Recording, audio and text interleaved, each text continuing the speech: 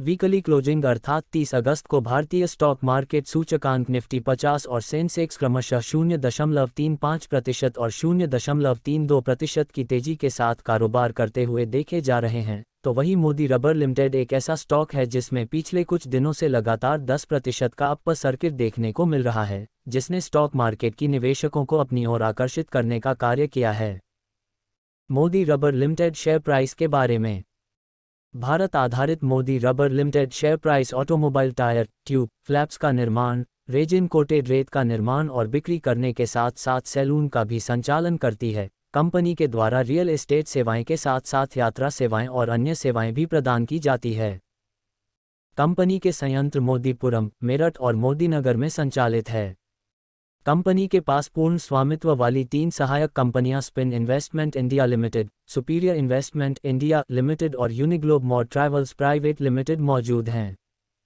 Market cap 326.68, stock price 130.46, 52 सप्ताह का अधिकतम मूल्य 130.46, 52 सप्ताह का न्यूनतम मूल्य 68.55, 5 साल में रिटर्न 222.52%, 1 साल में रिटर्न 78.71%, 6 महीने में रिटर्न 34.56%।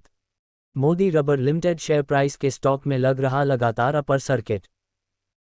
मोदी रबर के स्टॉक की क्लोजिंग 29 अगस्त 2024 को 118.60 रुपये पर हुई थी, लेकिन 30 अगस्त को स्टॉक की ओपनिंग ही बढ़त के साथ 130 रुपये पर हुई थी। ओपनिंग के कुछ देर बाद ही स्टॉक में 130.46 रुपये पर 10% का ऊपर सर्किट लगता हुआ देखा गया। स्टॉक में लगा अपर सर्किट का सिलसिला पिछले कई दिनों से लगातार देखने को मिल रहा है, क्योंकि 28 अगस्त को स्टॉक की ओपनिंग 97.21 रुपये पर हुई थी, लेकिन ओपनिंग के बाद से स्टॉक में लगातार बढ़ोतरी देखने को मिली और स्टॉक 10.91% की बढ़ोतरी के साथ 107.82 रुपये पर अपर सर्किट लगाते हुए देखा गया। तो वहीं 29 अगस्त को स्टॉक की ओपनिंग 10% की बढ़ोतरी के साथ 118.60 रुपये पर हुई, जिसके बाद तुरंत स्टॉक में अपर सर्किट लग गया था, जो दर्शाता है कि स्टॉक में 28 अगस्त से लेकर 30 अगस्त तक 34.20% की बढ़ोतरी हुई है।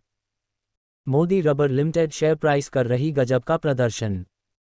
कंपनी को गजब का प्रदर्शन करते हुए देखा जा रहा है, क्योंकि कंपनी के द्वारा जारी की गई जून तिमाही में कंपनी का शुद्ध मुनाफा बढ़कर 6.79 करोड़ रुपए हो गया है, जो पिछले वित्तीय वर्ष की समान तिमाही में 3.61 करोड़ रुपए का था। अर्थात कंपनी के शुद्ध मुनाफे में 88.11% की वार्षिक वृद्धि हुई है। इसी प्रकार कंपनी का राजस्व बढ़कर 9.09 करोड़ रुपए हो गया है, जो पिछले वित्तीय वर्ष की समान तिमाही में 7.34 करोड़ रुपए का था।